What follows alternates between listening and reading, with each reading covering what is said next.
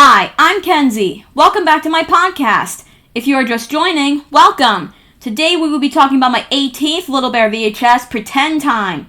This VHS includes Little Bear Goes to the Moon, Polar Bear, Grandfather's Attic, and Duck Soup. First, let's talk about Little Bear Goes to the Moon. This episode starts out with Little Bear saying goodnight to the moon and sleeping. He had a dream about going to the moon. The next day, he said good morning to the sun. Then he asked, "What have you done with the moon?" The scene transitions to Mother Bear washing the dishes and Little Bear searching for something. He had a box and some boingy string. He made a space helmet out of those things. He showed it to Mother Bear, who was now sewing on a sewing machine. He told her he was going to the moon by flying there, but Mother Bear told him he can't fly.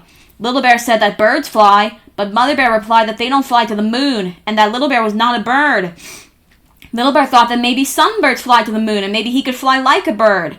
Mother Bear thought maybe he was a little fat bear cub with no wings and no feathers. Also, maybe if he jumped up, he would come down very fast with a big plop. Then Little Bear went outside and said, "Just look for me up in the sky." Mother Bear told him he'd be back for lunch. The scene transitions to Little Bear walking along. Owl spotted him and said he liked his space helmet. Little Bear thanked him and told him he was going to the moon. Owl wished him to have a good trip. Now all Little Bear had to do was find a good high spot to take off from. The hill was not high enough. He climbed a tree, but he was too high. So he climbed a little lower, shut his eyes, and jumped off. As he finished counting to 3, he got a little dizzy. Everything was so strange to him. He thought he was on the moon. An important note, the moon looked a lot like the earth. The trees looked like our trees. The birds looked just like our birds. A real moon bird. Then Little Bear heard moon music. Really, it was just a cricket chirping, a frog croaking, a stream streaming, and a bee buzzing. And then Little Bear sniffed a moon flower. Then as he went along, he saw a house that looked just like his house. He went in to see what kind of bears lived there, if they even were bears. He rocked the rocking chair. Then he saw moon food, which looked like a good lunch for him. The Mother Bear entered the scene. Little Bear told her he climbed a big hill, jumped from a big tree, and flew just like the birds. Mother Bear told him her Little Bear did the very same thing, so he can have his lunch. Little Bear couldn't believe what he was hearing. He told Mother Bear to stop fooling and asked if he can eat his lunch. As the space helmet fell off his head, Mother Bear said yes. Then he would have his nap because he was her Little Bear. And that's how the episode ends. Now let's talk about the episode as a whole. I feel like this episode is still a classic even though I watched it tons of times. Going to the moon is something worth going to, even in your imagination. All in all, it's a classic episode. Now let's talk about Polar Bear. This episode starts out with Little Bear, Duck, and Cat at Hen's house. They were going to help her paint her hen house. Hen wanted it colored white. As she went to get paint brushes, there was a problem. The paint bucket was too heavy to carry to the roof. Little Bear tried and tried to hand it to Duck and Cat. Duck almost made the paint bucket fall, but Cat grabbed onto her tail and the paint bucket was safe. As Little Bear and Duck thanked Cat, Duck accidentally spilled the paint onto Little Bear. Then Hen entered the scene with paintbrushes. She noticed the accident. She didn't recognize Little Bear at first. Duck was about to ask Little Bear if he was all right, but instead she asked, "Are you all white?" That made her laugh. Hen thought that maybe Little Bear could be a different bear. Cat thought maybe he was a different bear. Then Hen thought Little Bear should go home because bears dripping paint certainly don't belong in a nice clean hen house. So Little Bear headed home while Duck continued laughing. The scene transitions to Little Bear looking at his reflection in the water. He wondered who he was. Owl declared that he was a polar bear, and that polar bears don't belong in hot weather. They belong at the North Pole. Little Bear wondered what the North Pole would be like. His imagination went wild. He played in the snow, tried to catch a fish, and swam in the water. Back to reality, he said hello to a squirrel. The squirrel ran up a tree. The scene then transitions to Mother Bear knitting. The door opened, and that's when she noticed the white bear. Little Bear told her that he had become a polar bear and has to move up to the North Pole, but first he had to take a bath. The scene transitions to Mother Bear giving Little Bear a bath. After some scrubbing and rinsing, Little Bear was clean. No more white paint. As he was about to leave, Mother Bear thought he should take a hat for the journey. Then Little Bear looked in the mirror. He was himself again, and he could stay. Mother Bear wondered if he could eat a fish sandwich. All the polar bear stuff has made Little Bear hungry after all. And that's how the episode ends. Now let's talk about the episode as a whole. I feel like this episode has to be also emotional. I really thought Little Bear was going to go to the North Pole. When he looked in the mirror, though, I breathed a sigh of relief. I mean, if anything, I don't think Little Bear would survive at the North Pole. he would miss his family and friends. All in all, it's still a good episode. Now let's talk about Grandfather's Attic. This episode starts out with Little Bear watching a bug crawl all over him. Grandmother Bear called for him because Grandfather Bear needed help getting rid of some old junk up in the attic. The scene then transitions to Little Bear and Grandfather Bear up in the attic. Little Bear was amazed by all the stuff that was gathered over the years. There was a bicycle and a rocking horse. Little Bear rode on the rocking horse. Then he and Grandfather Bear moved some boxes. Little Bear got frightened by the reflection in the mirror, though.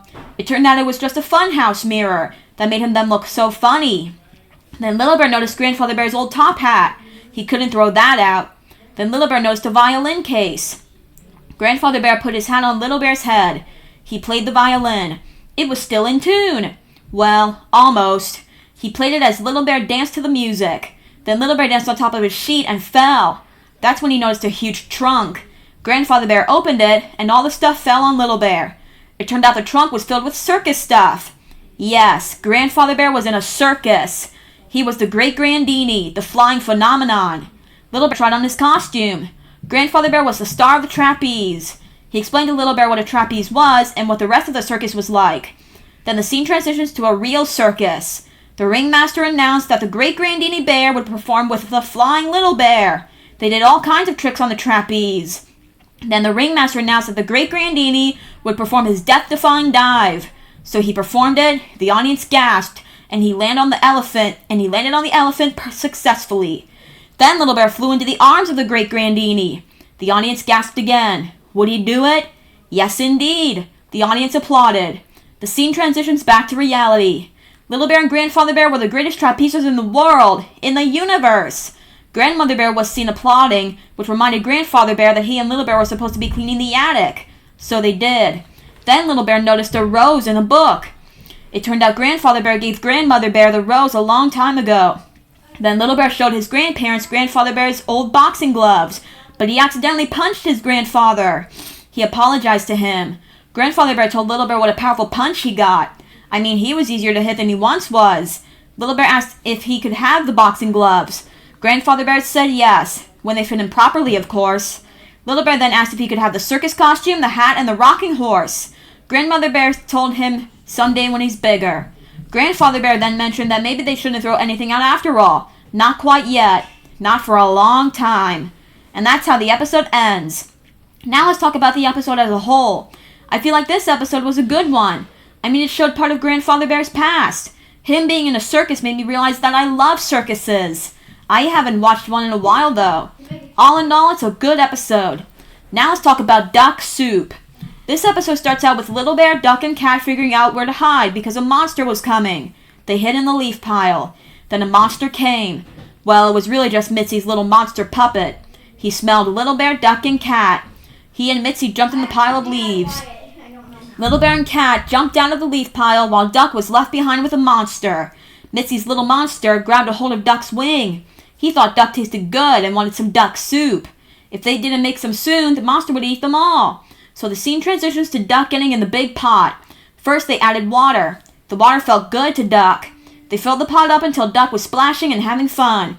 Then they got vegetables like potatoes, onions, and carrots. Then Mitzi and her little monster grabbed some honey. Then Little Bear grabbed some flowers. I know what you're thinking. Flowers and soup?